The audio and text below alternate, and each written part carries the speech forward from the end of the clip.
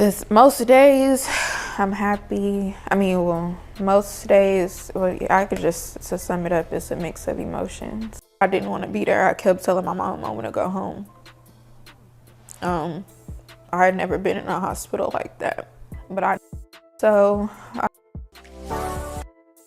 So, if y'all don't know what's going on, the witness speaks and makes her statement. And I know a lot of y'all heard that already. This ain't a video to give breaking news because this happened a week and a half ago. A couple of days ago, she already spoke. But you already know DJ Bless One comes through with the get down. The real questions got to get asked. Now, after I've heard the interview, I didn't want to do a video. I kept my mouth closed about this witness for almost a week and a half. But it has to be asked. Was she paid and bought? I'm only going off what people has been saying. Now, I don't think she's been paid and bought, but we have to talk about some of it. Will she help Mob Ties out? Now, I'm going to break this exclusive and it will make sense when it's all said and done. This would not be a long video, but you know what I need y'all to do. I need y'all to go hit that like button, hit that notification bell, and thank you for rocking out with the IsmokeHiphop live platform. Salute to the IsmokeHiphop Nation, folks. I am your host, DJ Bless One. Salute to Pesh Mayweather. Go subscribe to his YouTube channel where he got it booming, and go to his Instagram on IG so you can check out all his exclusive new releases, music, and projects and mixtapes that the king got going on. Now, you already know the dream team is the mean team, so we got to hit the triple beam. Now, the witness made some enormous amounts of statements. Now, this is the second victim, if you guys don't know what I'm saying. I call her a victim and witness because the state is trying to use her as a witness, even though she lost some clarity of the tragedy that happened, unfortunately, to 1/3 of the Migos Takeoff. Rest in peace to Mr. Ball. Now, the second victim in the shooting, of the rapper that took Takeoff life, the woman who was also struck by a bullet during the Houston shooting that took the life of Migos rapper Takeoff, is now speaking out about the horrific incident. Now, before I get to that incident, let me give some of my commentaries before I play that. Now, in watching In Motion and what's going on with this witness, and let's say her name properly, they didn't give it over here, so I'm gonna just say blessings to the lady. Okay, I have it here. My apologies. It's Leday.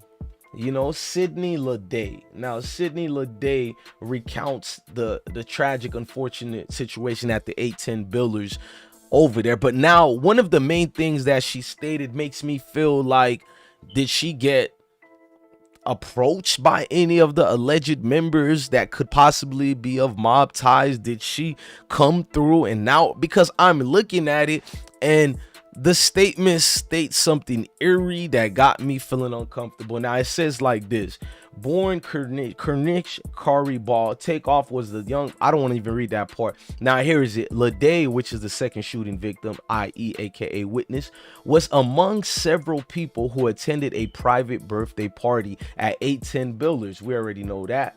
Now, Migos rapper Takeoff, who was unfortunately lost his life last year, was also in attendance, and towards the end of the event, around 2:30 a.m., she noticed something was wrong. And this is the part that makes me uncomfortable, that defense attorneys will use to vindicate any members of Mob Ties or anybody like Little Cam or DJ Pat or anybody within the vicinity in the sector that night. Because she states like this: she noticed something was wrong. She said she saw Quavo get upset during a dice game. And I know to y'all that may not be much, but when she states it that way, the only thing you remembered and noticed was that Quavo was upset during a dice game. So you're now showing that the level of threat, the level of, misunderstanding is coming through the Migos and their entourage, because that's what the defense will use, that Quavo was behaving erratically. Therefore, Houston is just like Florida and Georgia being a stand your ground state, which comes many in the southern states, stand your ground states, and they're gonna try to, in a worst way scenario, option B, option C, away from option A, they would use it to show that Takeoff was behaving in a hostile way in that environment, which therefore made DJ Pat or anybody else as a defense mechanism use their calibers of weapons in a way to safeguard the culprit that Quavo was mad at. I'm telling you guys, remember that, because she states she saw Quavo get upset during this dice game. While she initially thought it was just a small back and forth argument, she knew something else was about to go down. That's what they're going to use. She knew something else was about to go down. So right there, she has established a level of threat was in the vicinity, in the room, in the area at the 810 Billiards. And that's what's going to be emphatically used over and over during this trial and case. Now, following the dispute between the people playing dice, things escalated and she started to run. However, shots were fired and she was hit. Because that's the only thing she could remember, they're going to use it against anything. Now, before I continue reading some of the things the queen had to say, I have to be transparent. So I'm going to show the actual video in which she speaks to KHOU, which is K Houston 11. And let's hear what some of the things that she had to say. Interview. She talks with us about what it was like being there that night and the wounds she's still recovering from, physically and emotionally. Sydney, first. Most days I'm happy. I mean, well, most days, well, I could just, to sum it up, it's a mix of emotions. So I have random times where I feel angry. A lot of, I wouldn't say sadness. Do you remember the moment you first woke up in the hospital? Everybody was around me.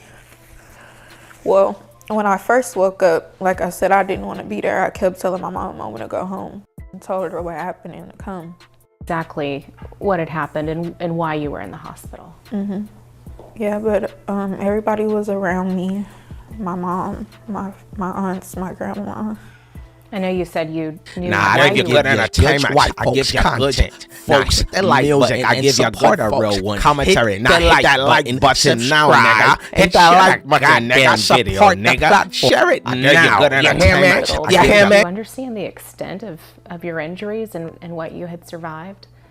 Yes, I did. I was up for the whole thing. I felt the sting in the back of my head. I felt myself falling. Outfit, I had blood all over me. What time did you get to the bowling alley? It was after hours, so I got there around maybe 12 or so the event was actually over. And yeah, that's when I knew something was wrong after the fact, because I thought these people that were arguing was just playing from, like I said, the energy that was in the room before. Everybody was, so the party wasn't gonna keep going on. When I got in the car and called my mom, and luckily we were only 12 minutes away from her. So you seen a little bit is exacerbated, exaggerated, whatever you want to say about this situation, but the young woman, it will be used in some type of indictment. If I'm any state prosecutor, I would try to make her deem only as far as speaking out to help us in any type of way to admit there was an actual shooting. Other than that, I would say the shooting left her traumatized, and we can't trust her opinion of that night because she would be invalid, because you already started it off. What you remembered is Quavo getting mad, but there's several other witnesses that night that claim Quavo wasn't mad about no damn dice game. So everybody keep alluding to the dice game, and this woman did as well. So because she has now alluded to this dice game, that dice game scenario will be played out and used over and over, and you would have to corroborate it and connect it to DJ Pat. And if it's not connected in any type of way, it can somewhat help DJ Pat scavenger his way out of this situation. I don't think people are looking at the big pictures. Bloggers seeming to only look for what gets the most views. I don't even know if this video will get 1,000 views, but one thing for sure, it is credible information that will be used to being paid attention to this Takeoff case. I've been slacking, I've been lazy, but no more. I will be hard hitting on this case and following any updates for you guys. I apologize taking 3 months break, but you know, priorities must be met first. Look, I am DJ Bless One. Thank you for watching another episode of the IsmokeHiphop live platform. Ladies and gentlemen, I need you to smash that like button and hit the notification bell. If you don't believe me, I got a good brother that would like to speak to you and tell y'all what to do. But I'll leave you with this right here. Now, I give you good entertainment. I give you content. Folks, hit that like button. I give you good real one commentary. Now, hit that like button now, nigga. Hit that like button, nigga. Support nigga. Share it now. You hear me? You hear me? Nah. You hear me? You hear me? Well, Uncle Ruckus told you to smash that like, hit the notification bell, share this video, and I need you to absolutely do that. Look, a good day is a day you're living above ground and you're breathing. Quit complaining all the time. Stay real and stay blessed.